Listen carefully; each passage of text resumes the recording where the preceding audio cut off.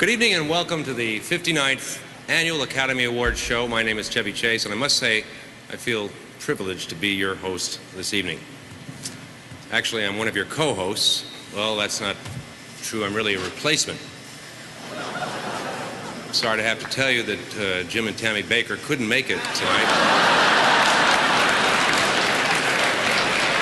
Apparently, she's taking some kind of a trip, and he had to be part of some major affair, so...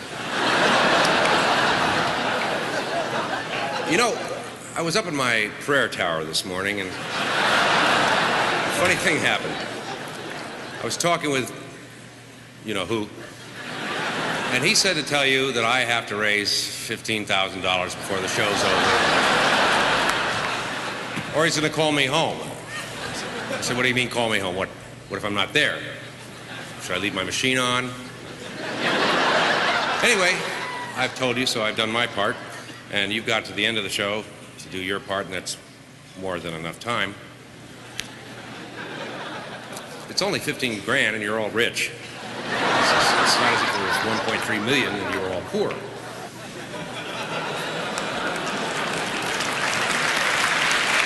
I want to thank Paul Hogan for flying all the way from down under to be here in Hollywood, where when we say throw another shrimp on the Barbie, it means we're getting rid of our agents.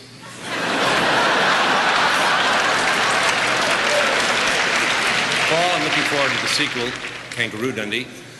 And I also want to give special thanks to Shirley MacLaine. I'm not a kook, but I do believe in reincarnation. In fact, I used to be Shirley, and it was awesome.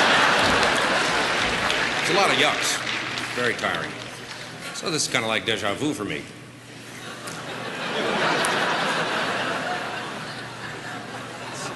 This year saw a tremendous change in Hollywood. Big corporations moved in and bought the networks and the movie studios. One giant firm now manufactures both television shows and garbage disposals, and sometimes gets the two confused. Columbia Studios was bought by Coca-Cola. They got rid of 14 executives and a 7-Up machine. I've noticed that Disney Studios has started to make a few risque pictures. I took my kids to the movie the other day, and I saw Mickey Mouse wearing a raincoat. Mickey Mouse.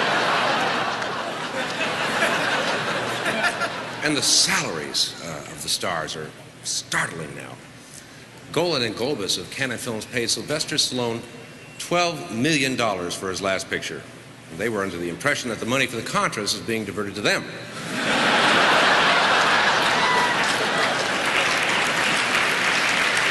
The pictures nominated this year are truly wonderful, very 80s. The Mission, the story of the liberation of the Guarani Indian tribe in the jungles of South America, mapped out at a corner table of the Polo Lounge at the Beverly Hills Hotel.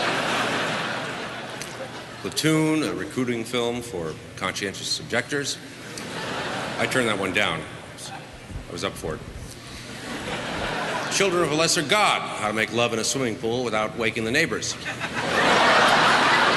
And Hannah and Her Sisters, in which Woody Allen plays a hypochondriac and Michael Caine plays with the sisters. And of course, A Room with a View. It was a special picture made with a small budget that has become a tremendous hit. It's about a rooming house in Italy where the producer lives in a small room, happily looking down at the grosses of Howard the Duck. Turn that one down, too.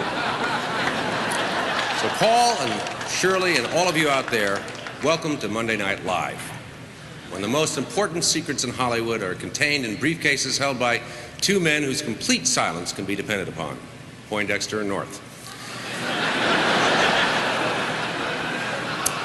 Now, I especially want to welcome the nominees tonight. A lot has been said about the length of the show, particularly the acceptance speeches. We're asking you to keep your speeches under 1 minute because we're on ABC, and if they wanted long, rambling speeches, they'd rerun America.